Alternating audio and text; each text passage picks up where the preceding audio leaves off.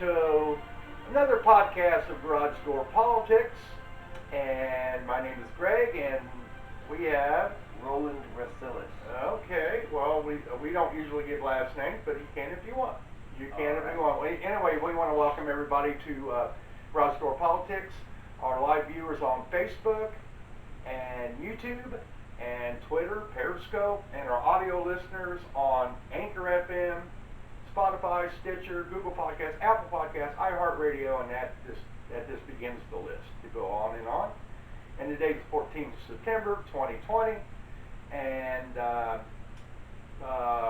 one thing before we start on a kind of a somber note, my former co-host, Louis, passed away last night. And anyway, we just want to send condolences to his family. He was a good friend. He was my co-host for a couple of years on Garage Door Politics, and we're going to miss him. We're going to miss his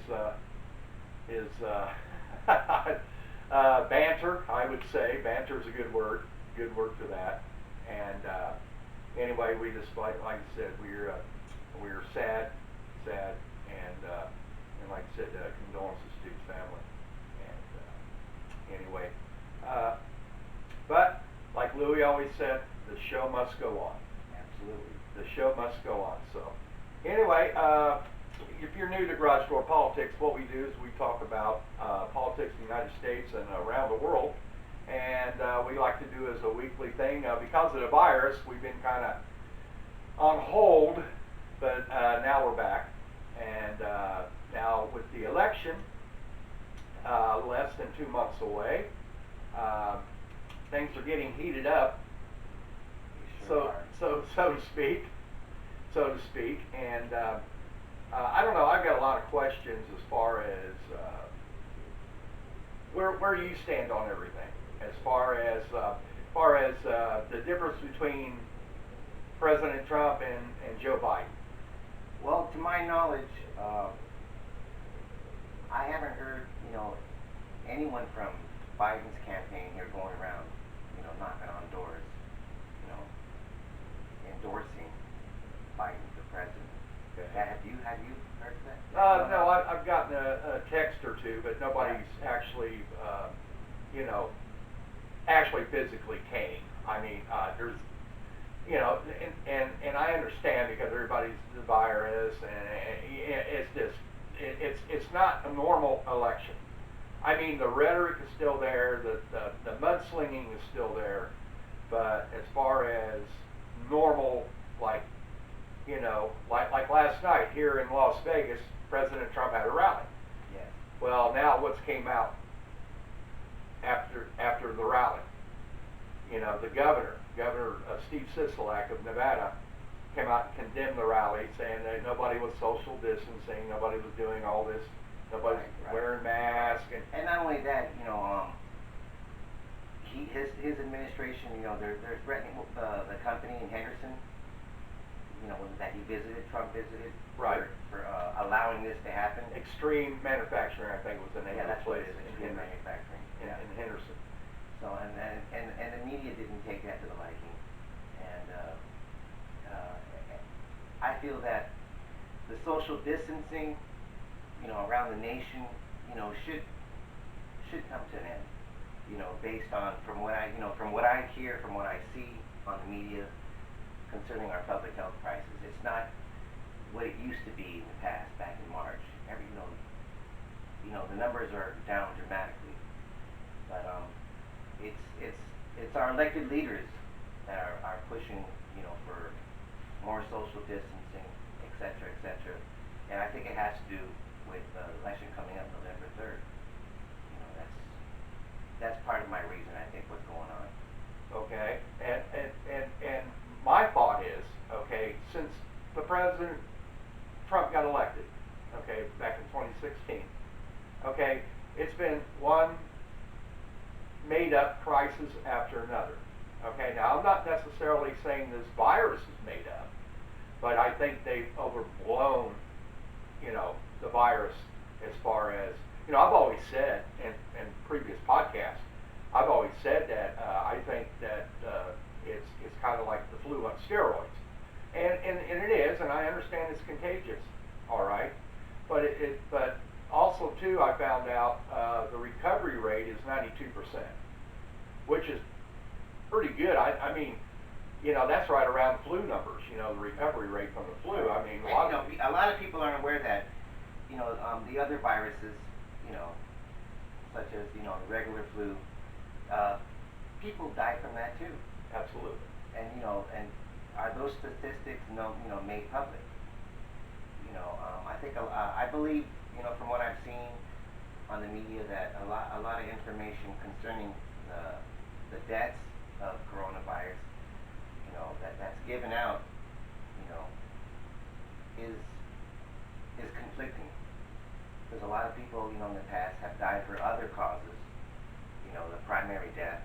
And if there's any bit of information that, you know, that they had it in the past, they've contacted, you know, coronavirus, it's gonna supersede, you know, the cause of death. So I'm sure you're aware of that, and the numbers aren't right. I believe, you know, it's kind of misleading, you know, and the people, you know, contracting, you know, the virus, you know, it's like that's gone down dramatically too. You know, I've received different kinds of, you know, posts about the kind of cures.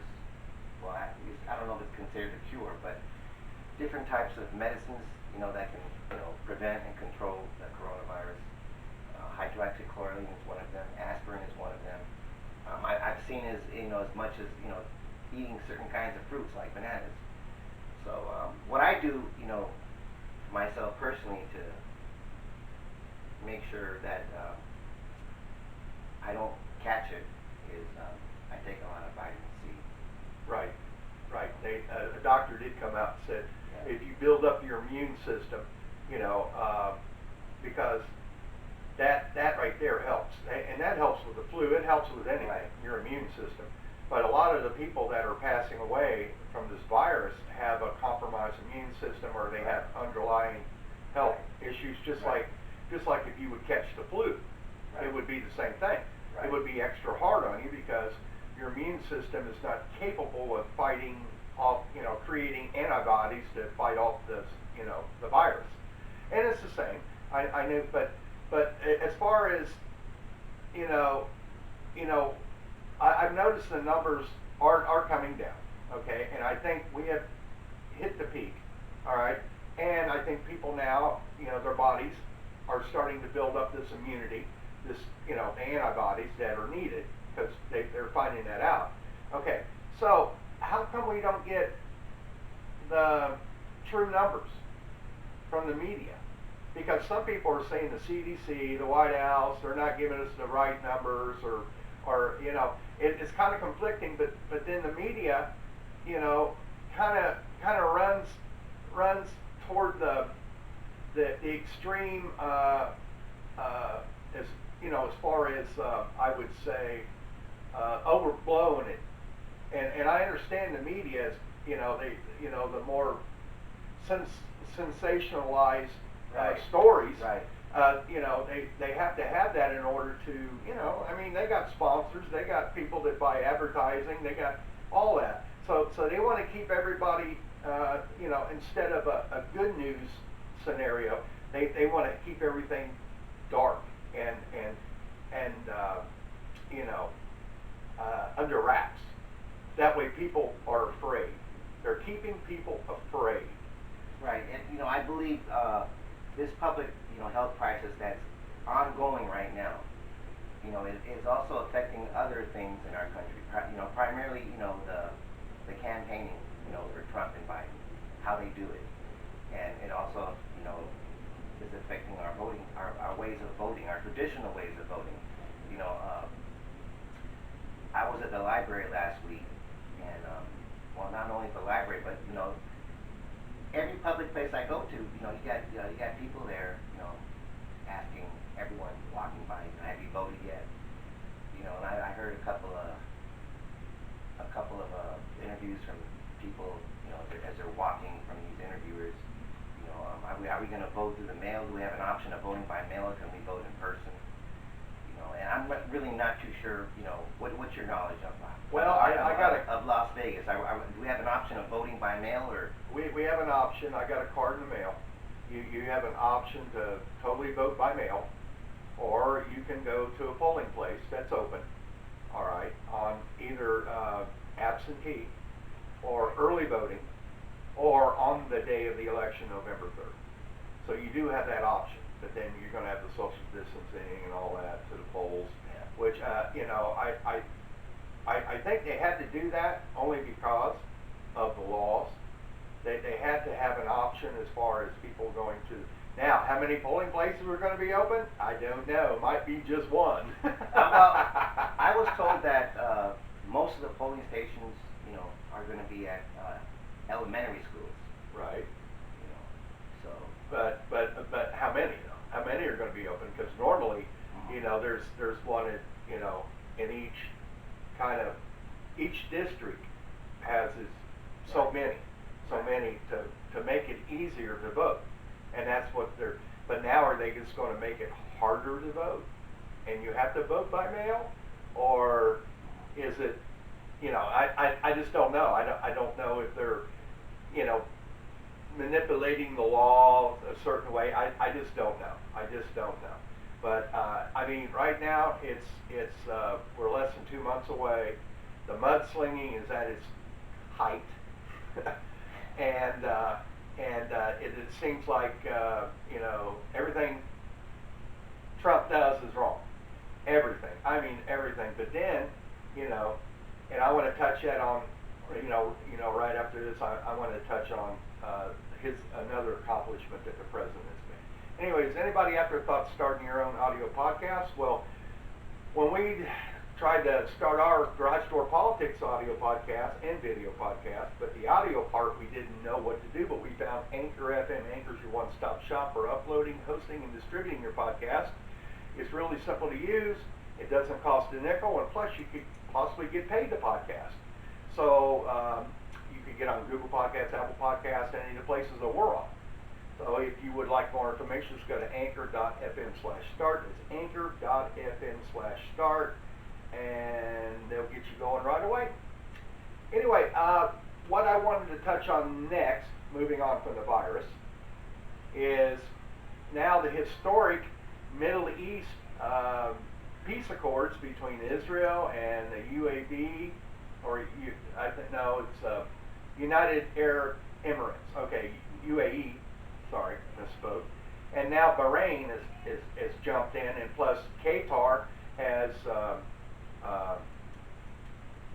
stopped all fighting in that country, which has been fighting for decades. So how come this doesn't get media play? How come there's no media play on this accomplishment that past administrations have never been able to do? Never been able to do. And I don't understand why this is not getting more media play. Well, I look at it this way. It's not getting that much media play because of the event coming up November 3rd. Okay, we still have, I believe, and I think that's an understatement. I still believe, we still have, racism here in America. Right. You've got the BLM, Antifa, going around major cities and suburban areas and still protesting. And not only that, you have professional teams, sports teams. You got players that are wearing, things on, words on their jersey, condoning racism. And I think that right there is overshadowing what has happened, the events that Trump has been involved in with UAE. And I don't think it's right. It doesn't meet the agenda for America, the American people. We're so focused on what's going on here. The events that have recently transpired in LA, the two cops that got shot last the two week. sheriff's deputies. In Compton, someone just came up to them, like what happened here at Chi-Chi's about a decade ago, just point blank shot him. Right. And that was plastered all over the media, on social media. Portland, the events going on in Portland after Floyd's death, the neighborhoods there, are what they do at night, from what I've seen, is that they go out there at night in their communities, you know, armed, walking around, making sure there's no problems, and that's not normal. No. You know, in big cities, you know, where a lot of controversy is going on, you know, concerning racism. And that's my take on it, you know. So where do you think we're at here in this country?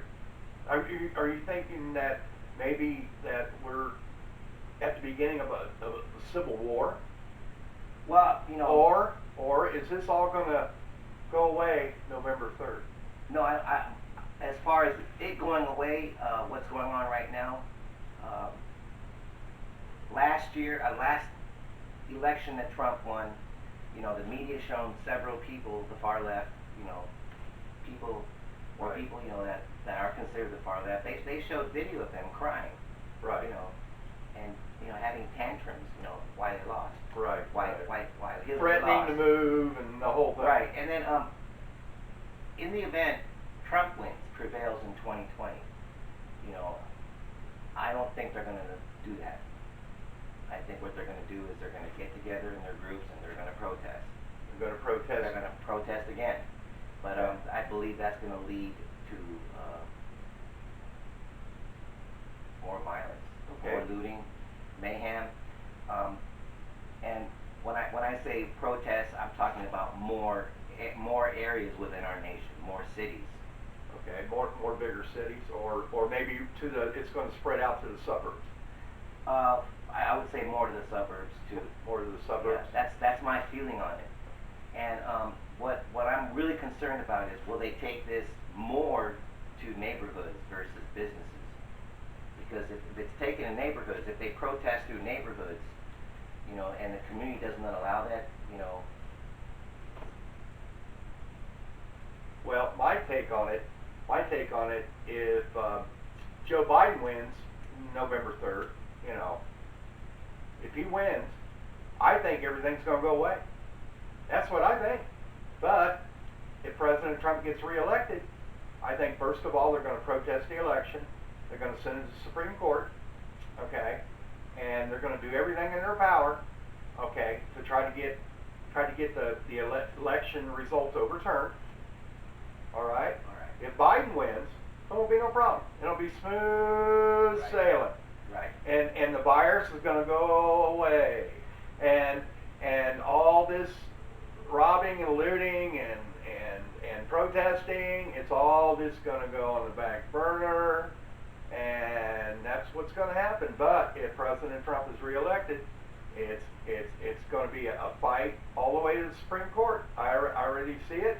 And well, they can't handle 4 more years you know, of the truth. One of the reasons why it could, you know, it could lead to the Supreme Court, you know, is because of an option we have today.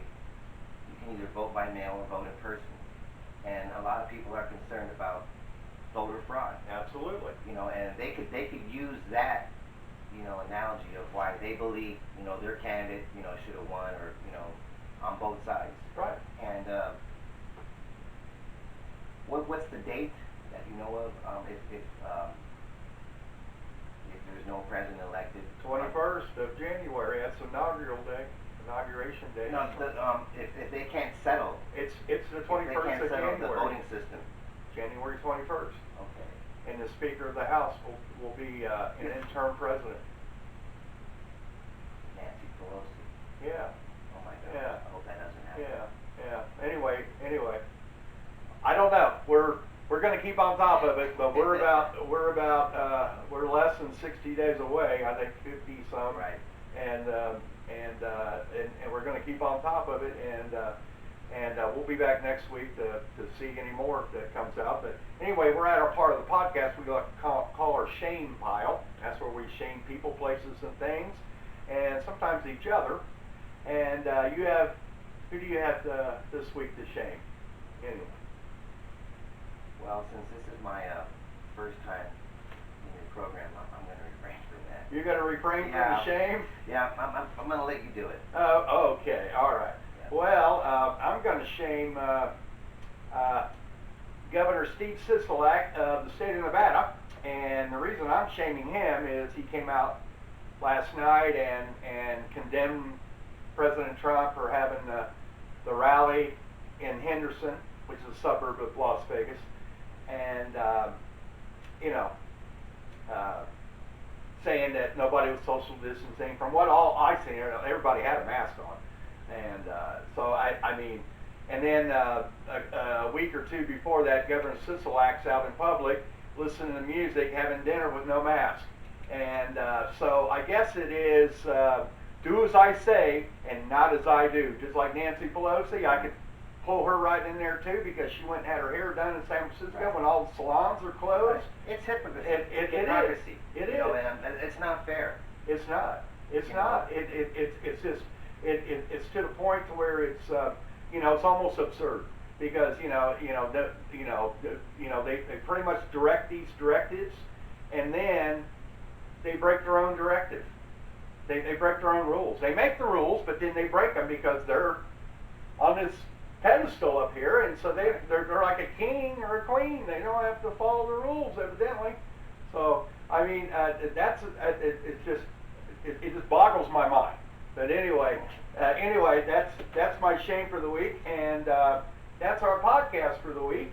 And we want to welcome you to join us next week on Garage Door Politics, and thanks, Roland, for being here. All right, thank you.